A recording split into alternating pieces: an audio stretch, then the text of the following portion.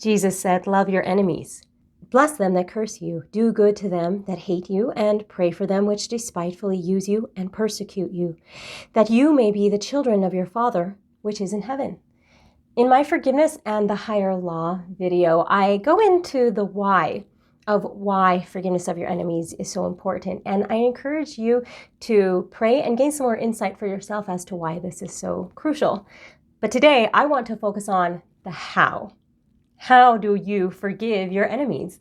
Do you just wake up one day and think to yourself, I think I'm just going to forgive everyone who's ever been a thorn in my side, and then it's all good? Probably not.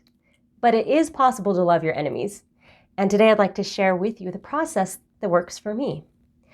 First, you need to identify their wolves. If you're not familiar with this, please follow the link that I'm going to share to my Pure in Heart Are Free video, where I discuss this, because you really need to have this under your belt before you can move on to forgiveness of your enemies. But let's just assume for now that you're an expert. Step one involves taking a step back. Every time you encounter that person who triggers you in any way, or maybe you don't even have to be around them because just the thought of them gets your blood boiling. It could be somebody who hasn't even necessarily done anything wrong, but there's something about them and their situation that makes you uncomfortable, and you might even feel a little guilty. Whatever it is, there's this wall of ick between you and them that no love can get through to either side. At this moment, ask yourself, why is this person the way she is? What wolves is he feeding when he behaves that way? Once you've identified the wolf, here's the clincher. Turn it inward. Look at yourself and identify the ways in which you have or are feeding that same wolf in the same ways in your own life.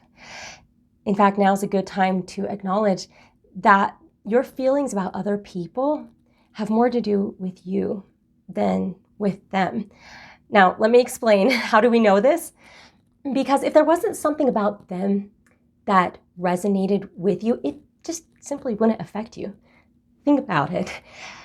Can you imagine Christ looking at you and your personality flaws or your misguided choices in your life and thinking to himself, "Oh, she is so annoying," or "I just can't even get to sleep because I'm so upset at the choices he's making"? No, of course not, right? Because the behaviors that we have based on our weaknesses or our woundedness can't hurt him. He's perfectly whole. And because of that, he can love us completely as we are right now. Think of it like a tuning fork.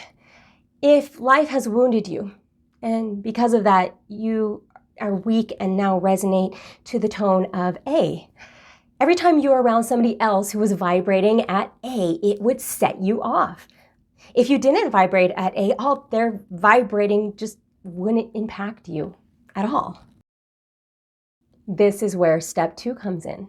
Once you recognize your own woundedness, now you can apply the repentance process.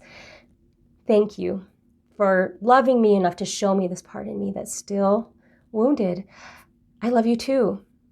Please heal me. I'm sorry. Please forgive me for judging them unrighteously, and thank you for your grace. Once you've done this, once you've identified the wolf and can relate to it and have humbled yourself, this is when that wall of ick comes crashing down. You're no longer separate from them because you can relate to them. And now you can have compassion for them because you naturally extend to them the grace you seek yourself for your own weakness. In other words, you love your enemy as yourself. Now you really can pray for those who despitefully use you because you know exactly what blessings they're in need of in order to heal. You do good by praying for your enemies, by becoming their advocate and loving them in that way. And simply by virtue of healing yourself, now you resonate to a different note, a higher note, one that they might recognize as something that they desire or see as a potential that they have too. And you might actually lift them up with you. Of course, Christ is the one who really does the lifting. We're just his instruments.